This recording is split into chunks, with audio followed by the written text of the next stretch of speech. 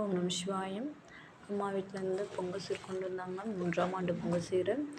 ஆண்டு பார்த்திங்கன்னா தலை பொங்கலுக்கு பார்த்திங்கன்னா இது மாடு ஆடு மஞ்சள் கரும்பு கட்டு வாழைத்தாறு மற்றும் பொருட்கள் ட்ரெஸ்ஸு இதெல்லாம் எடுத்துகிட்டு வந்தாங்க. அடுத்த செகண்ட் வருஷம் பார்த்திங்கன்னா குழந்த 2வது வருஷம் குழந்த பிறந்தனால நான் அம்மா வீட்டில் இருந்தனால அமௌண்ட் மட்டும் வந்து கொடுத்துட்டு போனாங்க.